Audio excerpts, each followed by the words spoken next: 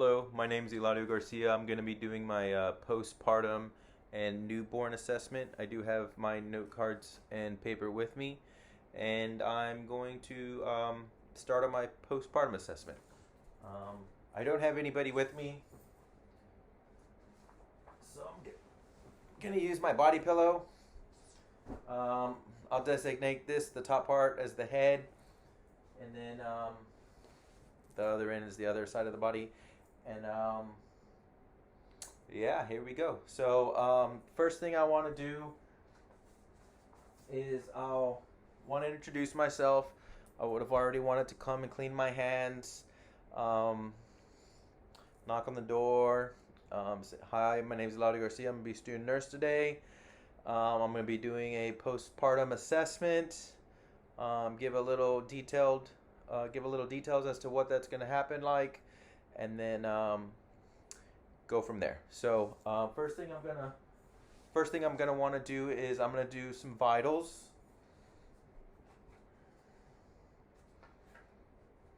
So I'm gonna do a blood pressure, and I think okay, I don't have my blood pressure cuff with me, but either or, it's either going to be on the right or left arm. Um, and I would expect that to be within a normal range. Um, After my blood pressure, I'll take my pulse, and while doing my pulse, I can move her arm to her chest to also count the respirations as well. Um, from my respirations, I'm can also after that I'm gonna do to check the temperature, as well as assess for pain. So with that, I will ask, you know, as far as right now, can you tell me your pain on a scale from 1 to 10, um, and then go from there. Um, so after that, I'm gonna start. I'll do some auscultations, and I'll kind of do all of them at once. And then when I get to each section, I'll point out that I already did that. I would have already cleaned my stethoscope with an alcohol pad, and then I'll start doing my auscultation. Ooh, backwards. Okay.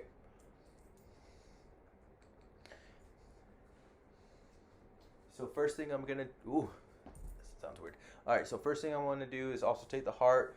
I'm gonna go do it in the five quadrants. Let me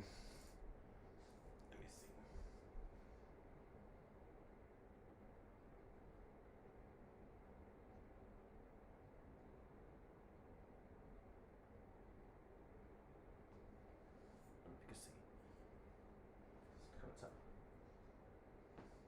So now I'm gonna assess the lungs. I'm gonna do it in the front, and then I would ask my patient to sit forward and also check her lobes. I would expect all those to be within the normal range as well.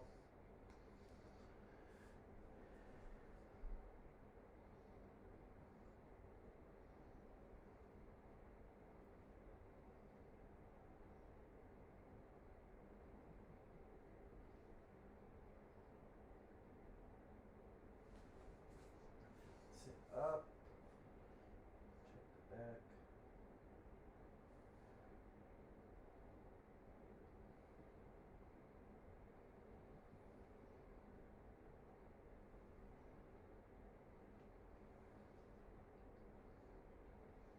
Okay.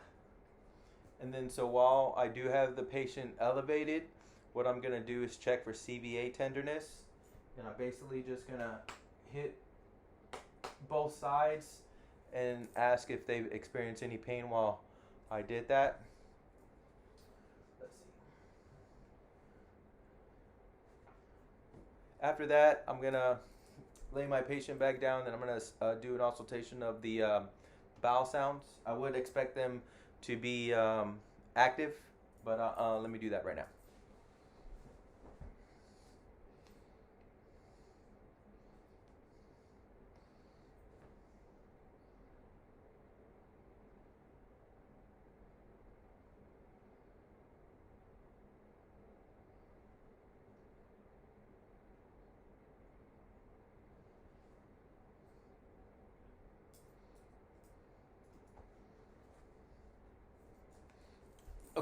So after, oh, sorry, let me move this a little slower.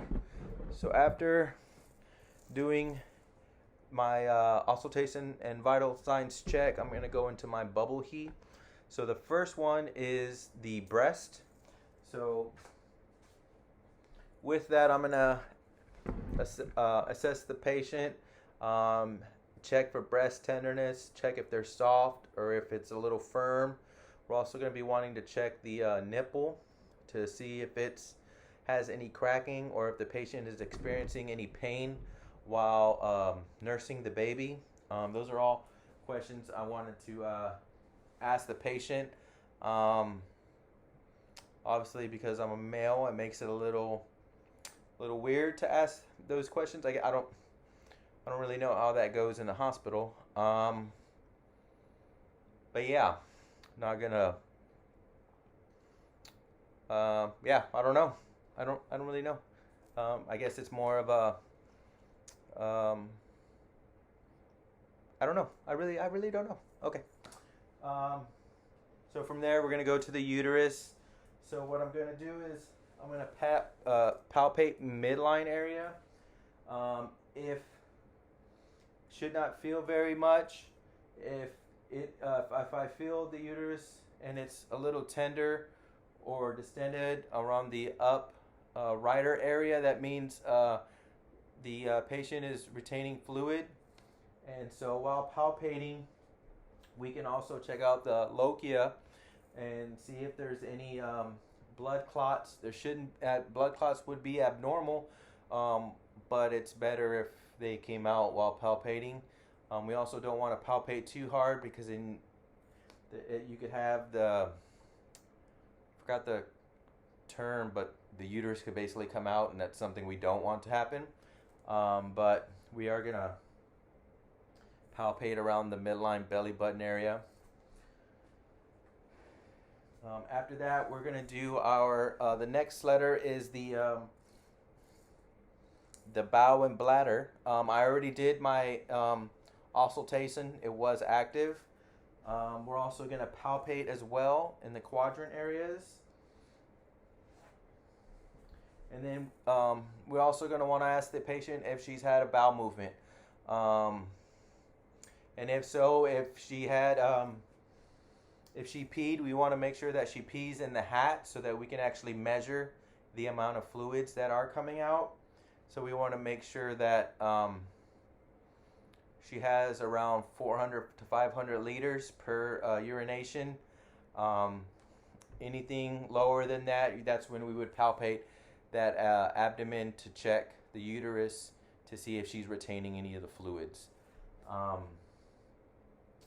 So from there, we would go to the lochia, that's the L. We did already inspect that when we were doing the uterus, but we would check, we're looking for any color discoloration and any odor. If it smelled foul, we would inspect for infection. And then we're also going to check the consistency. From there, I could turn her on her side, and with a pen light, I would expecting for hemorrhoids. That's the episiotomy. That's the next letter on the bubble he. And we're just going to be inspecting from the side angle. You could also do the loci from that area as well. Let's see. So after that, we do the ad inspection. We're going to lay her down. So now we're on the he part. So next we're going to check is the Hohmann signs. That one, we're actually just inspecting the calf as well as palpating it. We're going to check for calf tenderness. We're checking for any heat, like the temperature. We're also looking for the edema, and then we're also going to do some reflexes. Yeah, my body pillow, I can't really do too much to that, but those are the kind of things we're going to do as far as the Hohmann signs. After that, we're going to check for emotions. We're going to ask her how she's doing today, making sure that we're going to be making sure she's more concerned about her baby, asking questions about the baby, asking how the baby's doing, showing more concern not for herself, but more so for her baby. Um, and then let's see. So that's the bubble heat. So let me take a look at my card. Okay. So then after that, we have our skin changes. Um, so from there, we're looking at the linear nigra, and that's basically just a line on the stomach. It will go away. You also have your stretch marks, and you also get these marks like on your face, and then there will be sweating. So the the patient is trying to get rid of her water. One way, of course, is urination. That's why they would have a lot of fluid or urination. But another way would be sweating. So we would be doing multiple bed changes, especially if the patient is sweating a lot, maybe a lot of linen changes, maybe gown changes, just because they will be sweating out that water, and because of that, they will get wet. After that, we're going to inform them about the activity. They are free to roam around, walk around the hospital, or the floor at least. They're not allowed to do certain activities. They are allowed to do some, but not very many, depending on the activity, like lifting heavy things or, lifting heavy things. Yeah. And then we also want to check for the postpartum depression. There are times where women will become depressed, and it's best that they inform their healthcare provider, just to so that we can help them out with whatever situation they're in need of. Only because we don't want it to get worse. We want to be able to help it before and make it better before it gets worse. So, that's my postpartum assessment. I'm going to grab my stuff so that I can do my newborn. I actually have like a little teddy bear, and I'll be right back. Well, okay. It's not really a teddy bear. It's like a giraffe, I think. Maybe. It's not mine. Okay, it's not mine. Okay.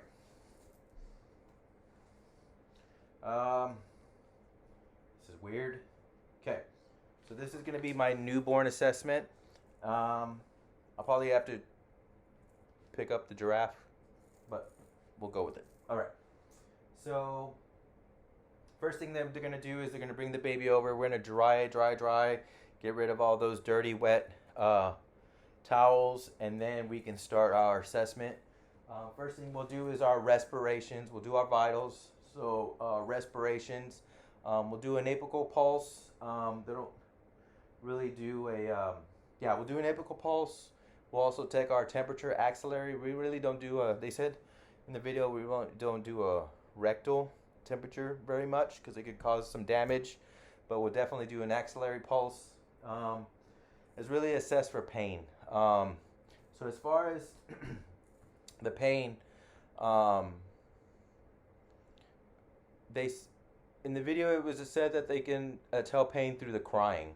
So I guess that's just something that's learned or picked up over time. You can tell whether the baby's in pain or not just by the way it's crying. So so from there we would transfer our baby to a scale. There we go. Well, sorry. Okay. And with the scale, it's going to give us our pounds and grams. We're interested more in kilograms, but the mother is going to want to know how much her baby weighs. From that, we can take a measuring tape. I don't have one, but some scales do have them. We can actually measure the baby in length and inches, but we're more concerned with centimeters. So, and we can all do that on the scale. Once we're done with the scale, we'll transfer the baby back to the kind of like the warming bed area. And the first thing we'll do is start assessing the skin. So we're going to check their color of the skin. We're expecting to be pink.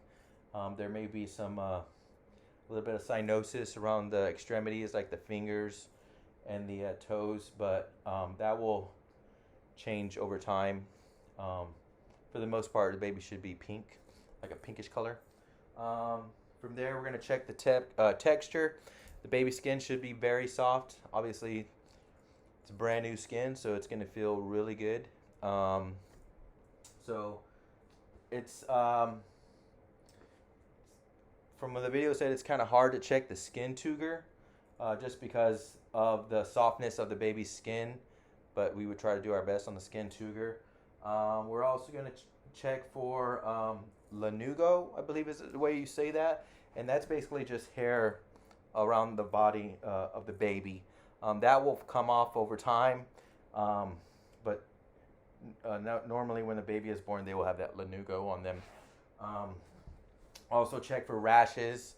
We're going to check for Mongolian spots, as well as the vernix casts, and I don't know how to can. It's like a cheese, white cheesy stuff on the baby. It's really good for the baby, so they say we don't want to clean that off. It kind of still helps with the baby, so you kind of just allow it to be there. Vernix caseosa. I don't know. I might have said that wrong, but it's cheesy. It's cheesy. So after that, we're gonna check our reflexes. We're gonna check with a pen light. We'll check the eyes. We'll also check the pupillary reflex, and then from there we'll go to the Morrow sign. So that one is where we could snap our fingers, or if you just leave the baby there for over time, they'll have like a jolt. You could also pick the baby up and pretend like they're falling, but they'll have like that jolt. From there, we'll do the rooting. So we'll put our finger on the cheek of the baby, and what they'll do is they'll actually turn towards your finger, and when they do that, they'll like start sucking on your finger, and that's when you can check sucking, as well as the roof of the mouth. And then from there, you would do your Palmer reflex, and that's when you literally just put your finger in their palm, and they'll kind of almost like grasp it. And then the same thing with the feet. You put your finger in their feet, and they'll kind of like grab onto it like that. From there, you would check your steeping and your Babinski ring fix, which is the up to side down J.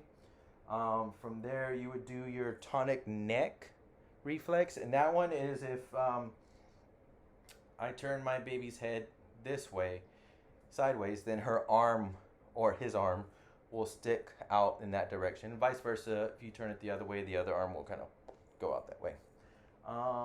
The prone crawl, and then you have the trunk incurvation, and that's where you kind of just put them on their stomach, and you run a finger along their side, and they'll kind of just like, like that. Okay, so then after that, we're gonna do an inspection of the head. We're gonna do a general appearance, but we're also need to do a circumference.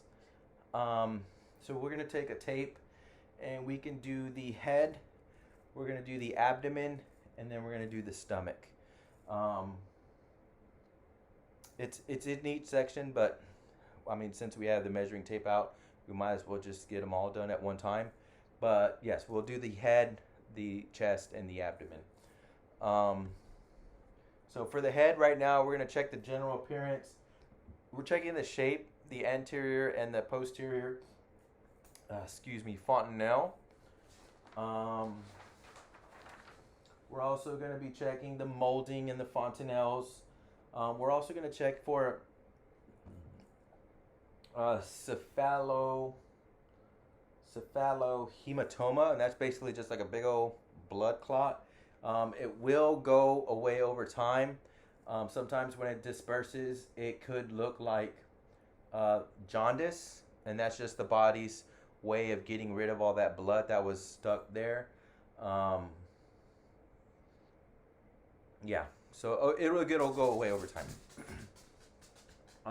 From there, you have and I don't know how to say this, but it's like a caput secanadium. I don't know how to say that very well, but we're going to assess for that as well in the head. From the head, we're going to go to the face. Oh, my dog wants to say hi. So I'm going to... Hello. Okay. Go lay down. Lay down. Okay. So from there, we're going to go to the face. We're going to check our general appearance. We're also going to be checking for milia, which is like little bumps around the nose area, as well as if we had to use like forceps or a vacuum, we're going to be looking on the face. There may be some marks where the forceps were, or like a hickey kind of where the vacuum was attached to the head. From there, we're going to check our mouth, and we would have already checked the top of our mouth when we were doing the reflexes in the sucking part. We would have checked the top of the mouth. We're also going to check the tongue, and then from there, we're going to go to the ears. We're going to be bending them to see if they pop back. Basically doing that. Well, got headphones. Well, there's the ear. So it went back. See? Okay. So from there, we're also going to check the hearing. And the best way to check the hearing is the baby recognizing the mother or the father's voice. And they'll basically turn to look in that general direction, just because they already recognize those voices, and they're just kind of turning that way to hear or listen. Let's see. So from there, we're going to do the eyes. Once again, we're checking the general placement and the appearance of the eyes. We're checking symmetry and spacing with that. We're also going to check the coordination, the color, the eyelids, the movement, the inspection. We're going to do all that with our pen light. We're going to check our cornea, sclera, the pupils. And then we're going to check the conjunctiva, make sure that's pinkish color. We're just going to check the vision by tracking. It's kind of hard to tell the baby look this way, look that way, but we're just going to track the baby's movement. There's also a look at the lashes and the lacrimal glands. From there, we're just going to inspect the nose. You can kind of like close a nostril and see if the baby still will breathe through the nostril. From the neck, we're just going to check for appearance. We're not looking for any extra folds in the back. Make sure it's free moving. Checking our clavicles. So you're going to kind of palpate the clavicles on both sides. From there, we're going to check our chest. We're going to look at their circumference, appearance as well. Make sure the expansion and retraction from when the baby is breathing. We would already done our auscultation. We were checking respirations. And then we're also going to check the breast. They should be flat, kind of have like a flat appearance. From there, we're going to do the heart. That would have already been done during the vital signs for when we check for our heart rate and our pulse, apical pulse. From the abdomen, we're going to check the circumference, general appearance, check on our umbilicus. On our umbilicus, we can actually still get a pulse from the umbilicus. And we're going to check our femoral pulses here. Here. Our femoral pulses, and we're also going to check for any hernias, the inguinal area. From there, we're going to check our extremities, general appearance. We're going to check our arms and our legs. Make sure we have 5 fingers and 5 toes. We're also going to inspect our spine. It should have a C shape to it. And then we're going to also check for any abnormalities. From our extremities, we're going to check for jaundice. And that would be something like for the hematoma, but something different. And so, but the hematoma could cause the jaundice, but like I said, it will go away over time. Any pathological jaundice would be abnormal. From there, we're going to check our bowel movement. We're expecting on the first day at least to be 1 bowel movement. It will be like dark and sticky, but we're expecting 1 per day. Second day, maybe 2. Third day, maybe 3 or 4. And then fourth day, 4, and so on. From there, we're gonna check the urine and then the genitalia. So for the male, we're gonna inspect inspect the penis and the scrotum, as well as palpate the testes. We just want to make sure those are both distended. And then with the female, we're gonna stick the mons in the vagina and the clitoris. There can be some bleeding, but that's normal. From there, we'll do an inspection of the buttocks and the anus.